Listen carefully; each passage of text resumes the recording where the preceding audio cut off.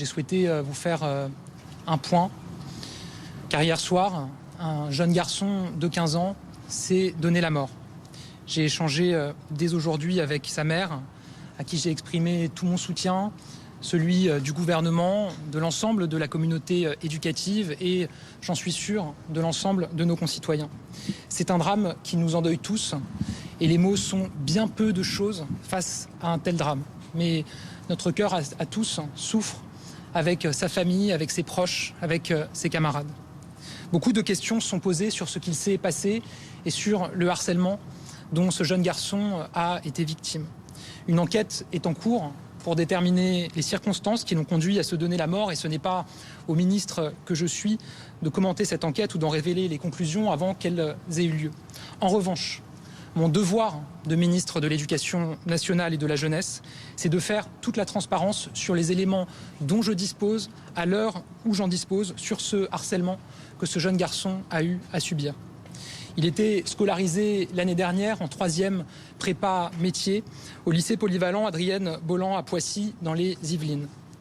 En décembre 2022, le harcèlement du jeune garçon avait été signalé, un rendez-vous avait été organisé dans l'établissement. Il était fait état de brimades et d'injures répétées de la part de plusieurs élèves nommément désignés. En mars 2023, les parents ont été reçus par l'établissement. Les élèves mis en cause ont eux aussi été reçus et leurs parents ont été contactés. Un échange de courrier a par ailleurs eu lieu courant avril entre la famille et l'institution scolaire sur la situation du jeune garçon, la famille dénonçant dans ce courrier l'absence de mesures suffisantes prises face à cette situation de harcèlement. L'établissement indique que le jeune homme a bénéficié d'un suivi régulier par la CPE et ce jusqu'à la fin de l'année scolaire. En fin d'année, un point a été fait avec le père de ce jeune garçon. Depuis le 1er septembre, il était scolarisé au sein d'un autre établissement à Paris où il a fait sa rentrée cette semaine. Voilà les principaux éléments dont je dispose et que je peux vous communiquer s'agissant de l'éducation nationale dans une volonté, je l'ai dit, de transparence. La police et la justice ont bien sûr connaissance de ces éléments. Je le dis, il reste des points à éclaircir. Et je veux évidemment que toute la lumière soit faite sur ces faits. J'ai donc décidé de déclencher une enquête administrative dont nous tirerons toutes les conclusions. Ce drame, je le dis, nous endeuille tous. Comme chaque jeune, comme chaque élève, ce jeune garçon avait le droit de vivre heureux et en paix.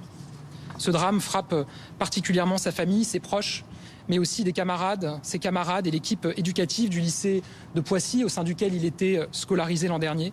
Je vous annonce donc qu'une cellule d'écoute et de soutien est ouverte au sein de cet établissement. L'éducation nationale se tient tout entière à leur côté. Je ne veux évidemment pas préjuger des résultats de l'enquête. Le suicide d'un jeune garçon est toujours un drame difficile à expliquer. Il y a évidemment divers facteurs. Mais ma responsabilité de ministre de l'Éducation nationale, c'est de le dire. Un jeune garçon s'est donné la mort. Et ce jeune garçon a fait l'objet de harcèlement l'année dernière. Beaucoup de choses ont été engagées contre le harcèlement par ce gouvernement et ceux qui l'ont précédé. Nous avons déployé le programme phare qui doit se généraliser cette année dans l'ensemble des lycées. Un référent adulte sera désigné à partir de cette année dans chaque établissement. J'ai eu moi-même à annoncer un certain nombre de mesures fortes cet été. Le fait que désormais ce sera au harceleur de changer d'établissement et non plus à la victime du harcèlement. Le fait que nous pourrons désormais prononcer des sanctions disciplinaires à l'endroit d'un élève qui cyberharcèle un élève d'un autre établissement, ce qui n'était pas possible auparavant. Beaucoup de chantiers ont été engagés.